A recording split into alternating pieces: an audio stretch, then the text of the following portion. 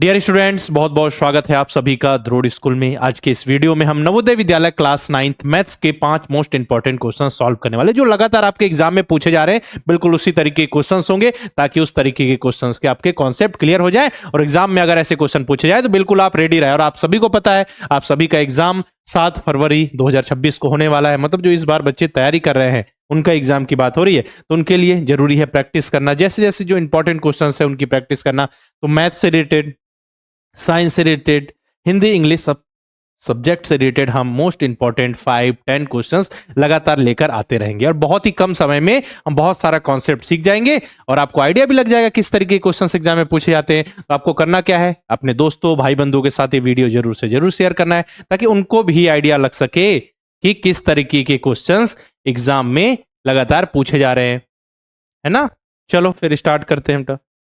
चलो ज्यादा समय वेस्ट ना करते हुए पहला क्वेश्चन आपकी स्क्रीन पर। आप सभी को पहला और आखिरी नियम तो पता ही है क्या, कि जो भी क्वेश्चन स्क्रीन पे आ जाए उसको पहले खुद से सॉल्व करने का प्रयास करना है। देखो क्या है, if a number is increase by 10% then decrease by 10% then the net increase decrease percent in be. कहा जा रहा है यदि कोई संख्या है, कोई भी संख्या हो, पहले 10% की उसमें वृद्धि कर दी फिर 10% की कमी कर दी, तो बताओ कि शुद्ध वृद्धि और कमी प्रतिशत, मतलब कि शुद्ध वृद्धि होगी या कमी होगी, कितनी होगी, उसका आप परसेंट बता दीजिए। चलो बेटा, जैसे कोई भी नंबर है, मान लो नंबर 100 है बेटा, 100 में पहले 10% की वृद्धि कर दी तो 110 हो गया। 100 का 10% 10, मतलब 100 में 10 बढ़ा दो तो 110 हो गया। अब 110 का 10% कम कर दे तो 110 का 10% कितना हुआ, 11। तो 11 कमी कर दे तो 99 हो गया। मतलब स्टार्टिंग में 100 था, हो गया 99, तो मतलब 1% की कमी आई। तो ये हमेशा होता है या फिर अलग केसों में? तो इसके लिए सिंपल सा फॉर्मूला है बेटा, हमको फॉर्मूला याद रखना। देखो,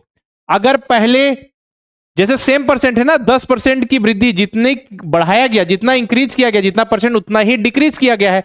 अगर इसमें लिखा हुआ है पहले इंक्रीज किया गया है बाद में डिक्रीज किया गया है, या ऐसा हो कि पहले डिक्रीज किया गया हो बाद में इंक्रीज किया गया हो, परसेंट सेम हो, तो सिंपल सा फॉर्मूला है, क्या है, ठीक है, इंक्रीज परसेंट। ठीक है, increase percent, increase percent into decrease percent upon 100, बस बात खत्म। और हमेशा हर केस में क्या होगा बेटा, लॉस या फिर डिक्रीज होगा हर केस में। ठीक है, याद रखिएगा। जैसे अब देखो 10% इंक्रीज हुआ, 10% डिक्रीज हुआ, अपॉन कर दीजिए 100 और इक्वल टू आ गया 100 अपॉन 100 और इसको डिवाइड कीजिए आ गया 1 1। तो ये 1% क्या है बेटा, हर केस में, हर केस में बेटा डिक्रीज होगा। ठीक है, याद रखना, डिक्रीज परसेंट। ठीक है, आपको एक आध एग्जांपल और दूं। मान लीजिए किसी को,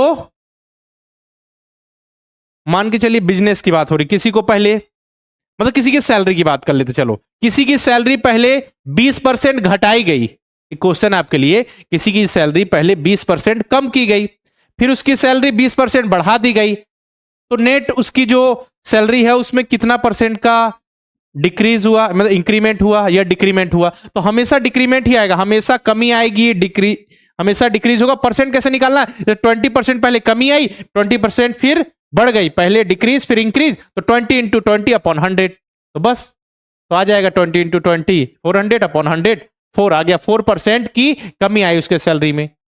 तो हर केस में कमी आएगी बेटा, डिक्रीज ही होगा। परसेंट कितना परसेंट डिक्रीज होगा, तो जो भी सेम सेम परसेंट है ना, ये फॉर्मूला किसके लिए है, जब सेम परसेंट डिक्रीज हो रहा हो और सेम परसेंट इंक्रीज हो रहा हो। पहले डिक्रीज हो बाद में इंक्रीज हो कोई दिक्कत नहीं है, पहले इंक्रीज हो बाद में डिक्रीज हो उससे भी कोई मतलब नहीं, बस परसेंट सेम है। तो ये वाला फॉर्मूला लगा के आप निकाल सकते हैं कि फाइनली जो नेट डिक्रीज आएगा वो कितना परसेंट आएगा। समझ में आ गया? जैसे आपको मैंने एक एग्जांपल दिया, मेरे पास 100 रुपए था, मैंने 100 रुपए थे या कुछ भी समझिए, एक नंबर है 100 का 10% मैंने पहले बढ़ा दिया, तो 100 का 10% 10 होता है, तो 100 में 10 बढ़ा दिया तो 110 हो गया। अब 110 हो गया, उसका मैंने 10% कम कर दिया, तो 110 का 10% कितना होगा, 11, तो 11 कम कर दीजिए तो 99 हो गया। पहले 100 था, फाइनली वो 99 हो गया, मतलब 1% की कमी आई, बस वही देख लीजिए 1% की कमी, तो 1% डिक्रीज। इस केस में, ऐसे केस में हमेशा डिक्रीज ही होगा बेटा, याद रखना। और फॉर्मूला कैसे निकालोगे, फॉर्मूला, तो फॉर्मूले से आंसर कैसे निकालोगे, इंक्रीज परसेंट माइनस मतलब इंटू डिक्रीज परसेंट अपॉन 100, जब सेम के केस में ये होगा। चलो सेकंड क्वेश्चन बेटा, सेकंड क्वेश्चन आपकी स्क्रीन पर ये रहा। If x equal to √3 minus √2 upon √3 plus √2 and y की वैल्यू दी हुई है, तो x के पावर में 3 प्लस y की पावर में 3 की वैल्यू निकालनी है। अलजेब्रिक आइडेंटिटी आपने पढ़ी होगी, ठीक है, उसका फॉर्मूला, क्योंकि x के पावर में 3 प्लस x के पावर में मतलब प्लस y की पावर में 3 की वैल्यू निकालनी है। चलो निकाल लेते हैं, कोई दिक्कत कोई परेशानी नहीं है। ठीक है, इसमें क्या करते हैं बेटा, पहले √3 है, √2 है, और कुछ तो नहीं है। हाँ ठीक है, तो हम कर लेते हैं, मान लेते हैं लेट a इक्वल टू √3 और b इक्वल टू √2 हमने मान लिया। ठीक है, और हमको वैल्यू किसकी निकालनी है बेटा, इसकी। ठीक है, तो आप सभी को देखो ये वाला फॉर्मूला पता होगा, x प्लस वाई के पावर में 3 होल क्यूब, पता है ना, x plus y whole cube है ना। चलो अब ये, तो इसका फॉर्मूला क्या है, x के पावर में 3 प्लस y के पावर में 3 प्लस 3xy और x प्लस वाई। ठीक है, हमको इसमें से ये वाली वैल्यू चाहिए, तो बाकी चीजों को इधर ट्रांसफर कर देते हैं। तो मतलब x प्लस वाई के पावर में 3 minus 3xy x plus y equal to x के पावर में 3 प्लस y के पावर में 3।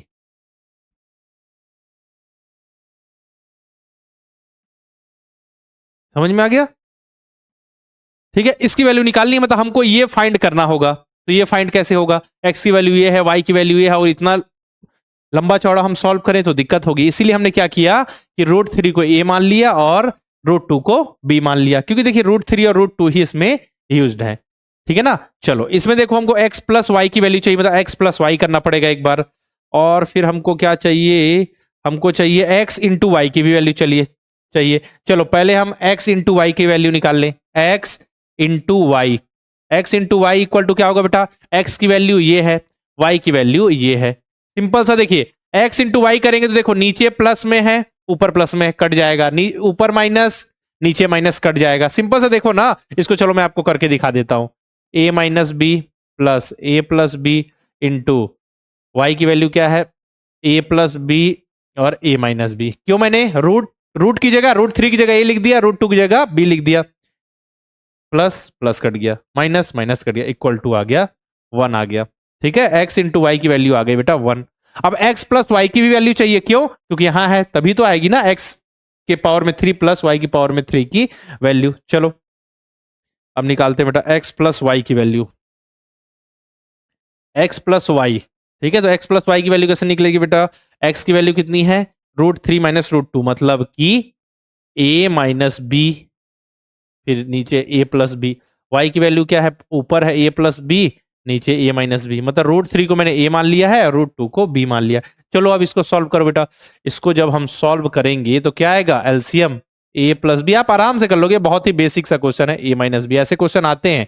ठीक है, अब ये एलसीएम निकल गया। अब देखो इसमें आप इसका डिवीजन करो, तो जब डिवीजन करेंगे तो a प्लस बी कट जाएगा, a माइनस बी बच जाएगा, और ऊपर भी a माइनस बी है, तो बताओ a minus b into a minus b क्या होगा, a माइनस बी का होल स्क्वायर। ठीक है, प्लस बीच में है, लगा दीजिए, एलसीएम इतना है, इसमें इसका डिवीजन कीजिए तो a प्लस बी बचेगा, a plus b into a plus b, a plus b का होल स्क्वायर। और आप सभी को पता है अलजेब्रिक जो आइडेंटिटी से फॉर्मूला, a प्लस बी का होल स्क्वायर क्या होता है, पता है ना सभी को। चलो a माइनस बी का होल स्क्वायर क्या होता है, a square minus 2ab plus B square. फिर a प्लस बी का होल स्क्वायर क्या होता है, a square plus B square plus 2ab, ये भी आपको पता है। और नीचे तो ये ऐसा ही, नीचे तो ऐसा रहेगा। और a plus b, a minus b आपको पता है ना, a square minus B square का फॉर्मूला क्या होता है, a माइनस बी और a प्लस बी, देखो यही है। तो सिंपल सा आप इसको a square minus B square लिख सकते हो ना, बिल्कुल लिख सकते हो।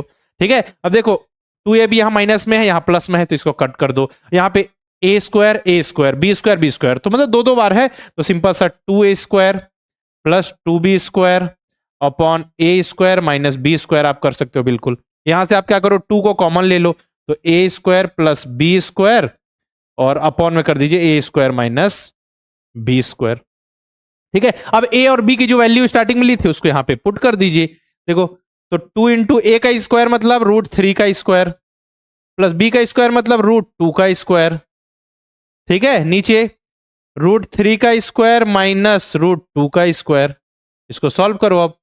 ठीक है, अब देखो बेटा √3 का स्क्वायर करेंगे तो 3 आएगा, √2 का स्क्वायर करेंगे तो 2 आएगा। सिंपल सी बात, आपको पता ही है। ठीक है, देखो इसके आगे का मैं यहां सॉल्व कर रहा हूं ना, ध्यान देना, इसके आगे का मैं यहां सॉल्व करने जा रहा हूं, कंफ्यूज नहीं होना है। ठीक है, चलो, तो 2 इंटू √3 का स्क्वायर 3 प्लस √2 का स्क्वायर 2 हो गया, ब्रैकेट है ऐसा, अपॉन √3 का स्क्वायर 3 माइनस √2 का स्क्वायर 2। ठीक है, तो 2 इंटू 3 प्लस ब्रैकेट सॉल्व करते हैं, 3 प्लस 2 5 अपॉन 3 माइनस 1 3 माइनस 2 1 आ गया, तो 2 इंटू 5 आ गया, 2 इंटू 5 इक्वल टू 10।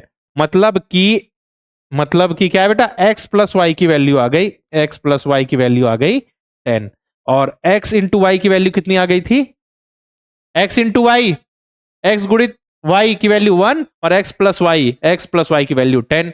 चलो अब इसको सॉल्व करते हैं, हमको वैल्यू चाहिए x cube plus Y cube, मतलब x के पावर में 3 प्लस वाई की पावर में 3। तो मैंने देखो इसे फॉर्मूला आपके लिए रेडी कर रखा है ना, ये चाहिए, इसकी वैल्यू चाहिए, तो इसकी वैल्यू इसकी इसमें वैल्यू पुट करोगे तो इसकी वैल्यू आ जाएगी।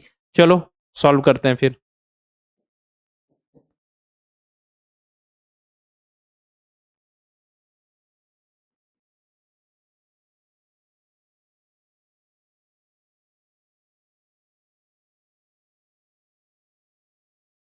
ठीक है, ये पुट करते जाओ बेटा, आप सभी को तो पता ही है, x प्लस वाई की वैल्यू कितनी आई है, 10 आई है, तो 10 के पावर में 3, 3 इंटू एक्स वाई की वैल्यू 1 आई है, तो इंटू 1, और x प्लस वाई की वैल्यू 10, बात खत्म।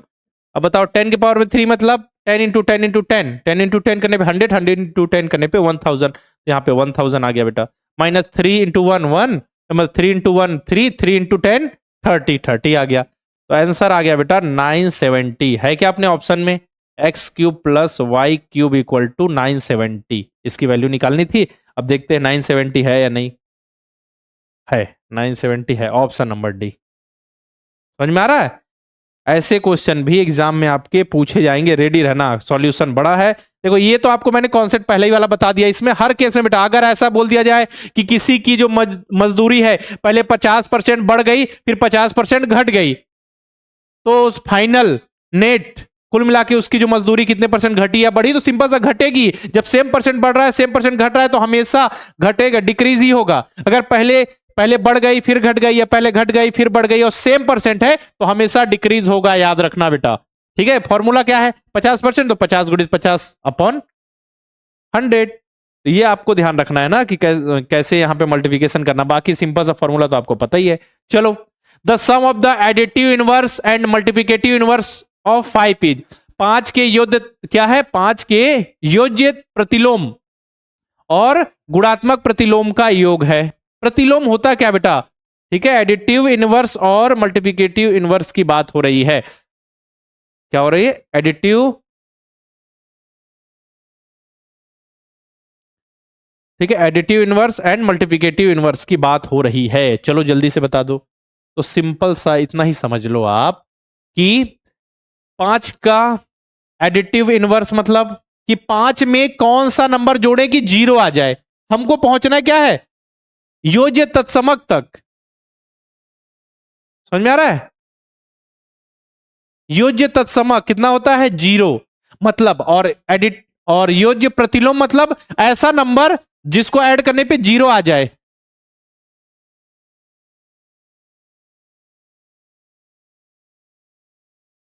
समझ में आ रहा है,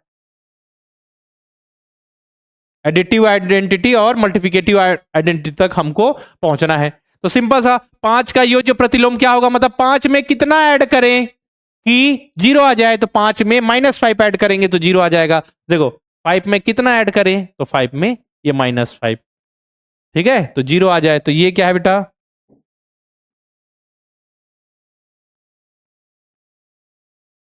एडिटिव इनवर्स। ठीक है, इसके बाद है मल्टीप्लिकेटिव इनवर्स। क्या होता है कि 5 में किस नंबर का मल्टीप्लाई करेगी 1 आ जाए। क्यों, क्योंकि देखो यहां 0 तक क्यों पहुंचना था, क्योंकि जो योज्य तत्समक होता है वो 0 होता है, और जो गुणन तत्समक होता है यानी कि मल्टीप्लिकेटिव आइडेंटिटी की बात हो रही है वो होती है 1। तो हमको वहां तक पहुंचना है, तो 5 में किसका गुणा करें, 5 में किसका गुणा करें कि 1 आ जाए। तो 5 में हम किसका गुणा करेंगे बेटा, 5 में हम मल्टीप्लिकेशन करेंगे 1/5 का। ठीक है, तो क्या आ जाएगा फिर, वो 0 आ जाएगा, मतलब 1 आ जाएगा, हमको 1 लाना है ना। चलो, तो ये हो गया, ये क्या हो गया बेटा, 1/5, ये हो गया मल्टीप्लिकेटिव इनवर्स।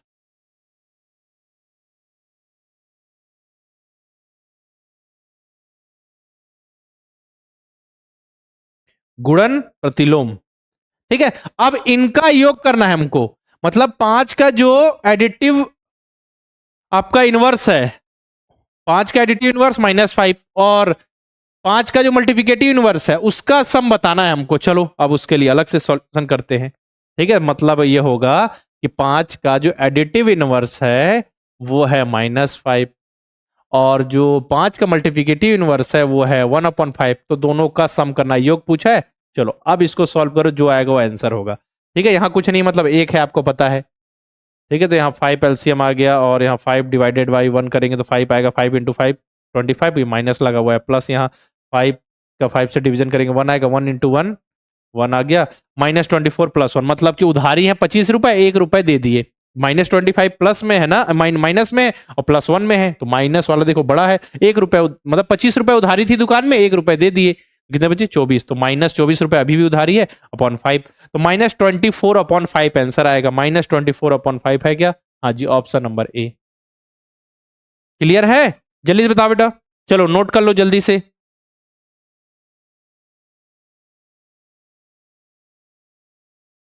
हो गया ना, ठीक।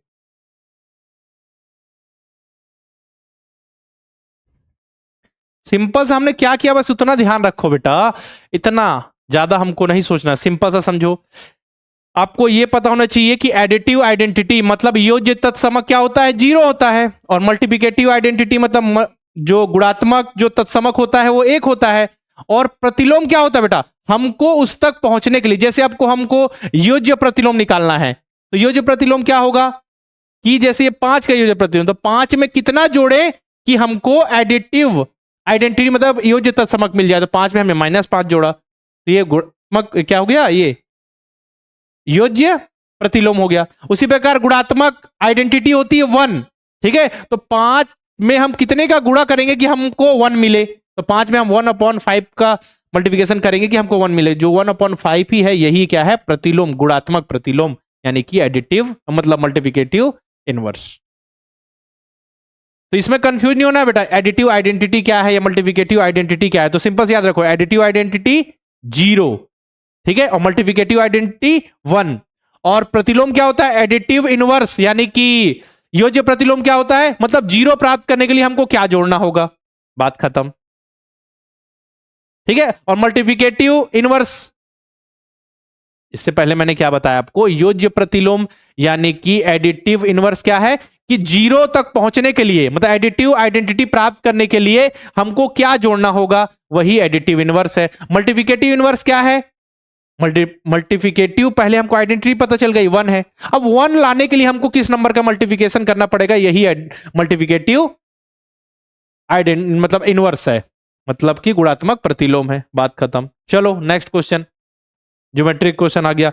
In the following figure the value of x is, देखो बेटा कितना सिंपल सा क्वेश्चन दिख रहा है, इसमें देखो ट्रायंगल है ये, तो ट्रायंगल है, देखो यहाँ पे त्रिभुज के तीनों इंटीरियर एंगल 180 होते हैं, तो ये 58 है, ये 30 डिग्री है, तो ये कितना होगा बेटा, 180 होता है, टोटल 180 होता है, तो ये हो गया, आपको y की वैल्यू निकालनी है, ये 58 है प्लस ये 30 है, ठीक है, तो 180 इक्वल टू y प्लस ये 58 प्लस 30 88 हो गया, और y की 180 माइनस 88 इक्वल टू y, और यहाँ पे आ जाएगा बेटा 92 डिग्री आ गया, किसकी, y की वैल्यू, तो ये y 92 आ गई। आप एक्सटर्नल एंगल का फॉर्मूला भी लगा सकते हैं, मतलब ये जो दोनों एंगल हैं वो इसके बराबर होंगे, तो ये दोनों एंगल को जोड़ने पे क्या है, 92 प्लस 58 करेंगे तो 150 आ जाएगा, 2x इक्वल टू 150, तो x equal to 150 upon 2 equal to 75 आ जाएगा। ठीक है, ऐसा भी कर सकते हैं, या फिर आप कर सकते हैं एंगल ऑफ लीनियर पेयर, देखो बेटा एंगल ऑफ लीनियर पेयर मतलब ये वाला एंगल प्लस ये एंगल मिला के 180 डिग्री होना चाहिए, तो आप ऐसा भी सॉल्व कर सकते हैं एंगल ऑफ लीनियर पेयर से। ठीक है, 30 plus 2x equal to 150 180, sorry, angle of linear pair है तो सम कितना 180 होगा, इसके बाद 2x इक्वल टू 180 माइनस 30 तो इक्वल टू 150 आ गया, फिर वैसे ही आ गया x equal to 150 upon 2 equal to 75 degree, ऐसा भी आ गया। एक्सटर्नल एंगल से भी कर सकते हैं और एंगल ऑफ लीनियर पेयर यानी कि रैखिक युग्म से भी आप इसको सॉल्व कर सकते हैं। फोर्थ क्वेश्चन है। चलो इसके बाद फिफ्थ क्वेश्चन में चलते बेटा। What is the probability of getting 6 at each dice if we thrown 2 dice randomly. कहा जा रहा है यदि हम 2 पासे यादृच्छिक रूप से फेंकते हैं तो प्रत्येक पासे पर 6 आने की संभावना। अब देखो एक पासा है, एक पासे की, अभी 2 पासे की यहाँ पे क्वेश्चन 2 पासे वाला, लेकिन एक पासे में देखें तो उसमें कौन कौन से डिजिट होते हैं 1 2 3 4 5 6 6। ठीक है, अगर हम एक पासा उछालते हैं बेटा तो हमको चाहिए अंक, कौन सा नंबर चाहिए, कौन सा डिजिट चाहिए 6। तो आने की संभावना क्या होगी बेटा, एक पासे की 1/6 होगी, एक पासा अगर उछाल रहे। लेकिन अब 2 पासे और दोनों पासे में 6 आना चाहिए लिखा है। देखिए यदि हम 2 पासे यादृच्छिक रूप से फेंकते हैं तो प्रत्येक पासे में 6 आने की संभावना, जैसे एक पासे में 6 आने की संभावना क्या है 1/6, क्योंकि हो सकता है 1 आ जाए, 2 आ जाए, 3 आ जाए, 4 आ जाए, 5 आ जाए, 6 आ जाए, तो 6 में से एक चांस है कि 6 आ सकता है, क्योंकि 6 नंबर है तो एक चांसेस है। अब लेकिन पूछा जा रहा है 2 पासे उछालो और दोनों में 6 आ जाए, तो देखो बेटा कभी कभी हो सकता है एक पासे में 6 आ जाए, दूसरे में 1 आ जाए, होगा ना। कभी ऐसा हो कि दूसरे में 3 आ गया, दूसरे में 6 आ गया, मतलब एक में 3 आ गया, एक में 6 आ गया, 6 और 6 आने की संभावना दोनों पासे में। तो क्या होता है बेटा, दोनों पासे में 6 आने की संभावना 1/6 into 1/6 equal to 1/36। Answer D. ठीक है, अगर एक पासे की बात होगी उसमें 6 डिजिट है और एक कोई नंबर चाहिए तो 1/6। अब चाहिए कि दोनों में सेम टू सेम डिजिट आए, तो देखो एक में तो आ जाएगा 6, दूसरे में हो सकता है 1 आ जाए, हो सकता है दोनों में अलग अलग आ जाए, किसी में 3 किसी में 4, किसी में 2 किसी में 5, है ना। तो दोनों में 6 आने की संभावना 1/6 इंटू 1/6 इक्वल टू 1/36। ठीक है, ये हो गया फिफ्थ क्वेश्चन। ऐसे क्वेश्चन प्रोबेबिलिटी के भी क्वेश्चन आपके एग्जाम में पूछे जाते हैं। ठीक है, चलो और ये क्वेश्चन आपके लिए होमवर्क के लिए, the solution of linear equation, रैखिक समीकरण आपको सॉल्व करना है और एक्स की वैल्यू बताना है कि एक्स की वैल्यू क्या होगी। ठीक है ना, चलो नोट कर लो जल्दी से। इसी तरीके क्वेश्चंस मैं लगातार आप सभी के लिए लेकर आऊंगा। नवोदय विद्यालय क्लास 9th के लिए मैथ्स के क्वेश्चन, इंपॉर्टेंट क्वेश्चन है बेटा, थोड़ा समय देना पड़ेगा, थोड़े हार्ड क्वेश्चंस होंगे लेकिन कोई दिक्कत नहीं, आप आराम से कर लोगे। ये देखिए मैं तो आपको समझा रहा हूं, इसलिए हो सकता है कि टाइम लग जाए जो को, लेकिन आप तो सॉल्व करे, आपको तो डायरेक्ट बिल्कुल खटाक से सारी चीजें समझोगे, तुरंत आंसर आ जाएगा आपका, है ना। बाकी साइंस से रिलेटेड इंपॉर्टेंट क्वेश्चन, हिंदी और इंग्लिश से रिलेटेड भी इंपॉर्टेंट क्वेश्चन मैं लगातार लेकर आऊंगा। बस आपको मेहनत करनी है, अपने दोस्तों भाई बंधुओं के साथ वीडियो शेयर करते जाना है। ठीक है, देखो इन बच्चों की तरह आपका भी सिलेक्शन होगा, मेहनत करोगे तो। छोटे छोटे नन्हे मुन्ने बच्चे हैं, हम पिछले 7 साल से लगातार बच्चों को नवोदय विद्यालय सैनिक स्कूल की तैयारी करा रहे हैं। बच्चे जुड़ रहे हैं, पढ़ रहे हैं, सीखते हुए आगे बढ़ रहे हैं और एग्जाम में सिलेक्ट हो रहे हैं। बारी है आपकी अब, है ना। आपकी तैयारी के लिए जो बच्चे अभी नवोदय विद्यालय क्लास 6 का एग्जाम देंगे, ठीक है, उनके लिए नवोदय लाइव बैच है। जो चाहते हैं सैनिक स्कूल और आरएमएस क्लास 6 की तैयारी करना, तो उनके लिए तेजस लाइव बैच है। नवोदय विद्यालय क्लास 9th के लिए भी हमारे पास बैच है, नवोदय विद्यालय क्लास 9th की तैयारी के लिए, जिसमें हम मैथ्स, साइंस, हिंदी, इंग्लिश सब कुछ बहुत ही बेहतरीन ढंग से आपको पढ़ाएंगे। यहाँ practice sheet, chapter test, model paper, mock test सब कुछ प्रोवाइड किया जाएगा बेटा। हमारा टारगेट है 7 फरवरी का एग्जाम। ठीक है, साथ ही जो बच्चे अभी यूपी सैनिक स्कूल और आरएमएस क्लास 6 का एग्जाम देने वाले हैं, दिसंबर जनवरी में जो बच्चों का एग्जाम होगा, उसके लिए जीके का जो पोर्शन है, बच्चों के रहता है कि लास्ट में जीके कैसे पढ़े, कहाँ कैसे चीजों को याद करें, तो उनके लिए भी हमारा जीके स्पेशल लाइव बैच है। ठीक है, जहां पे पूरे जीके के चैप्टर्स कवर कराए जाएंगे, जिसमें आप यूपी सैनिक स्कूल और आरएमएस का जो सिलेबस है जीके का कवर होगा। यहाँ प्रैक्टिस सीट, चैप्टर टेस्ट भी प्रोवाइड किए जाएंगे, कंप्लीट पैकेज है, मतलब समझिए जीके की तैयारी के लिए। साथ ही नवोदय विद्यालय सैनिक स्कूल की तैयारी के लिए रिकॉर्डेड बैच भी मिल जाएगा आपको। नवोदय के लिए नवोदय अल्फा, सैनिक के लिए सैनिक अल्फा। नवोदय विद्यालय सैनिक स्कूल आरएमएस तीनों की तैयारी करना है तो रिकॉर्डेड बैच हमारा अर्जुन है। प्रैक्टिस के लिए मॉडल पेपर, मॉक टेस्ट मिल जाएंगे। करना क्या है, प्ले स्टोर पर जाइए, द्रोड़ स्कूल का ऐप इंस्टॉल कीजिए, किसी नंबर से लॉगिन कीजिए, अब इतने सारे कोर्सेज दिख जाएंगे। तो जिस पे भी इनरोल करना चाहते हैं, जिसकी आप तैयारी कर रहे हैं, उस पर क्लिक करके प्रोसीड करके कोर्स में इनरोल कर सकते हैं। साथ में द्रोड़ स्कूल के यूट्यूब चैनल को सब्सक्राइब करके बेल आइकन पे क्लिक करना बिल्कुल ना भूलें, ताकि जितनी भी इंफॉर्मेशन है, पढ़ाई से रिलेटेड वीडियो है, अपडेट नोटिफिकेशन आपके एग्जाम से रिलेटेड आपको मिलती रहे। जैसे नवोदय विद्यालय क्लास 9th की जो एग्जाम फॉर्म फिल करने की लास्ट डेट को एक्सटेंड किया गया, तो हमने आपको वीडियो बनाकर बता दिया। तो अभी भी समय है बेटा, है ना, अभी भी आपके पास समय है 7 अक्टूबर तक। ठीक है, 7 अक्टूबर तक डेट एक्सटेंड कर दी गई है नवोदय विद्यालय क्लास 9 के एप्लीकेशन फॉर्म की। तो जिन बच्चों ने अभी तक फॉर्म नहीं भरा है, जल्दी से जल्दी एप्लीकेशन फॉर्म फिल कर लें। बाकी हम इंपॉर्टेंट क्वेश्चन लगातार लेकर आएंगे और सभी बच्चों को जितने भी मैंने क्वेश्चन पूछे हैं उनके आंसर लिखते जाना है, और जो होमवर्क दिया है उसका आंसर मुझे कमेंट बॉक्स में चाहिए। और सभी मुझे एक बार बताएं कि आप सभी का एप्लीकेशन फॉर्म फिल हो गया है कि नहीं। बाकी नए बैच से रिलेटेड इन्फॉर्मेशन चाहिए तो आप हमारे हेल्पलाइन नंबर 6260388361 पर कॉल करके इन्फॉर्मेशन ले सकते हैं। ठीक है, तो इस वीडियो मैंने नवोदय विद्यालय क्लास 9 मैथ्स यानी गणित से रिलेटेड 5 मोस्ट इंपॉर्टेंट क्वेश्चंस कराए जो लगातार आपके एग्जाम में पूछे जा रहे हैं, और इस तरीके के क्वेश्चंस हम प्रैक्टिस करते चलेंगे। ऐसे में बहुत सारे इंपॉर्टेंट क्वेश्चंस लेके आऊंगा हर सब्जेक्ट से रिलेटेड, बस आप जुड़े रहिए और बाकी मेहनत करते रहिए। देखिए क्लास 6 वाले भी कुछ बच्चे इन सभी क्वेश्चंस को सॉल्व कर लेंगे, है ना, उनको भी आता है, उनको भी बहुत ही बेहतरीन ढंग से पढ़ाया गया है। ठीक है, फिर आगे बाकी नेक्स्ट सब्जेक्ट से रिलेटेड इंपॉर्टेंट क्वेश्चंस हम लेकर आएंगे। नवोदय विद्यालय सैनिक स्कूल आरएमएस की तैयारी से रिलेटेड किसी भी टॉपिक पे वीडियो चाहिए तो आप कमेंट बॉक्स में लिखिए, हम उस टॉपिक से रिलेटेड वीडियो लेकर जरूर आएंगे। मिलते हैं फिर नेक्स्ट वीडियो में, तब तक के लिए अलविदा, जय हिंद।